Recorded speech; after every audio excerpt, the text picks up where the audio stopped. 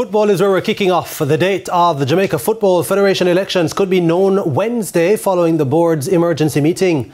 The long overdue elections, which is scheduled by the end of the year, seems as if it now could be held in the new year.